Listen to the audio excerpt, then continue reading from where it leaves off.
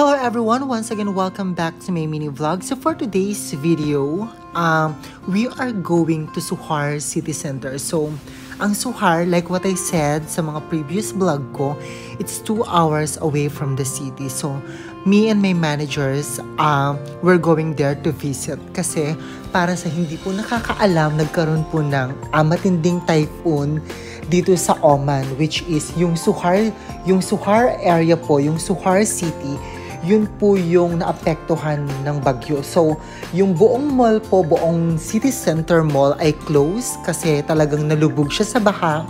Maraming mga tindahan ang nawasak at nasira. So, ngayon po naka-close po yung Suhar City Center. So, eto na po yung city, medyo tahimik at kung nakita nyo po dun sa mga nadaanan namin, sobrang maraming binaha din kasi nga medyo mababa yung area na to.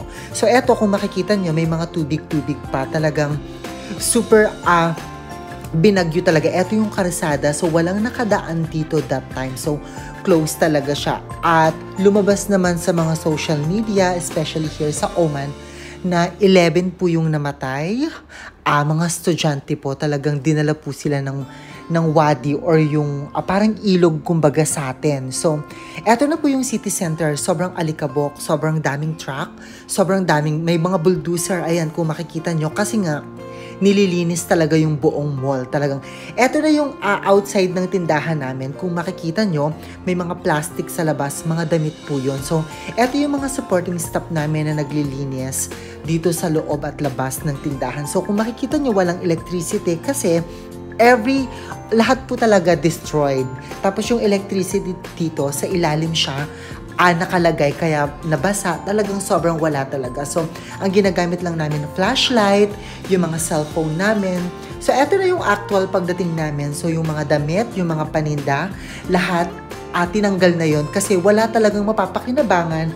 So, dinala na siya sa warehouse, nabilang na kung ilan at yung insurance yung magbabayad nun. So, yung mall. So, talagang super lugi talaga yung mall na to at hindi namin alam kung kailan siya bubuksan. So, back to zero. Definitely, bubuksan ulit to na talagang lahat ng team pupunta dito for the setup. So, I heard that the management will gonna change the layout for the new one. So, sobrang taming tao dito at talagang may mga police, may mga guard, talagang chine-check nila kung sino yung nasa loob ng mall. So, kailangan empleyado lang. So, eto yung office. Kung makikita nyo yung computer, lahat talaga. Pero yung vault naman, na-save naman nila. So, eto yung stock room. So, lahat ng mannequins dito namin nilagay after namin tanggalan ng mga clothes. So, kung makikita nyo yung gilid na yan, hanggang dyan yung tubig. Yung level talaga, hanggang dibdib ko siya. So, eto yung labas.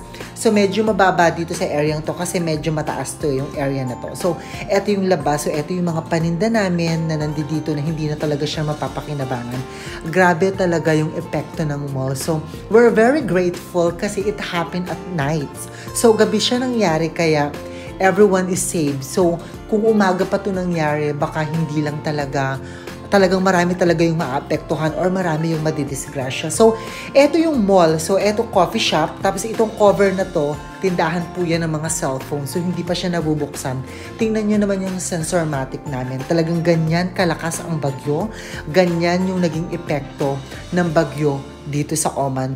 So, eto pa, hindi pa kami tapos kasi nga sobrang dami pang putik at sobrang dami pa naming ginagawa.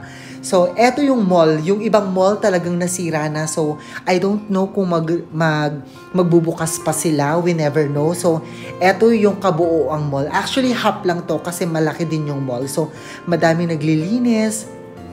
Actually, ito yung shop namin. So, sa labas, medyo malinis na siya. So, eto yung ibang mall. Sobrang nasira talaga siya. So, eto, marami ding mga Pilipino dito na naglilinis. So, kaya, sobrang pasalamat namin kasi hindi sobrang pumunta ng city yung tubig or yung bagyo. So, kung makikita nyo, eto, para siyang malaking ilog na nasira ng bagyo. Kung makikita nyo, ganyan kalawak yung baha, yung epekto. At saka makikita, hindi na namin na-take ng video, pero yung labas, maraming mga sasakyan na nasira. So, by this time nga, we're going back to the city. So, thanks for watching. This is Miss Angel and see you on my next vlog.